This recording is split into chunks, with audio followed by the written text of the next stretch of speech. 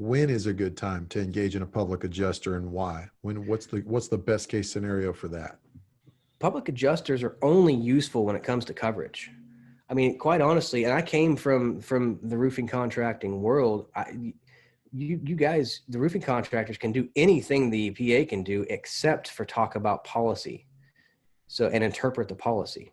So when you outline it like that, you only need a PA when you've got a coverage problem. When they're saying that, yeah, sure, there's hail damage, but this is all wear and tear, right? That's a classic one we have to deal with all the time. Farmers especially, that's marring, So because there's marring, then this isn't covered. You can't. So separate exclusions in the policy are just that, separate. So if I've got a valid hail claim, but you're trying to deny my hail claim based on wear and tear present, that's a misinterpretation of the policy, and that needs to be cleaned up by a PA. And that's just a basic example of one. When you get to commercial policies, it is much, much more complicated than that. I've read policies that were 300 pages long, and they take away and give back coverage 4 or 5 times throughout the entire document. So translating that kind of stuff is where a PA is most useful. Pricing discrepancies, supplements, things like that. A PA is, I know they try to help. They want to make some money. They want to make people happy. But quite honestly, they shouldn't be taking files like that, because you've got appraisal out there and you've got documentation that can be sent in. You've got managers that you can call and run up the ladder.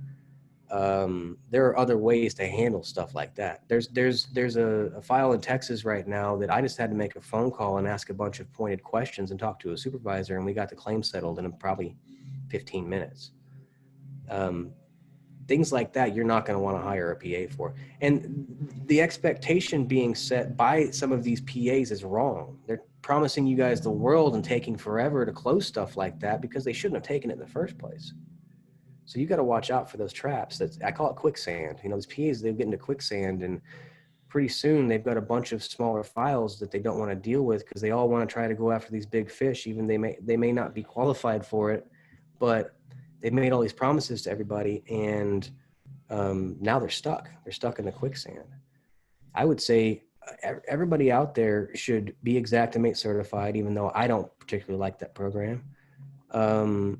Work on your documentation and your rebuttals and your documents to the carrier, and you shouldn't need a PA for those types of situations. When the carrier comes back and says, hey, we're denying this claim because that's old damage or because Donan said so, that's when you need a public adjuster.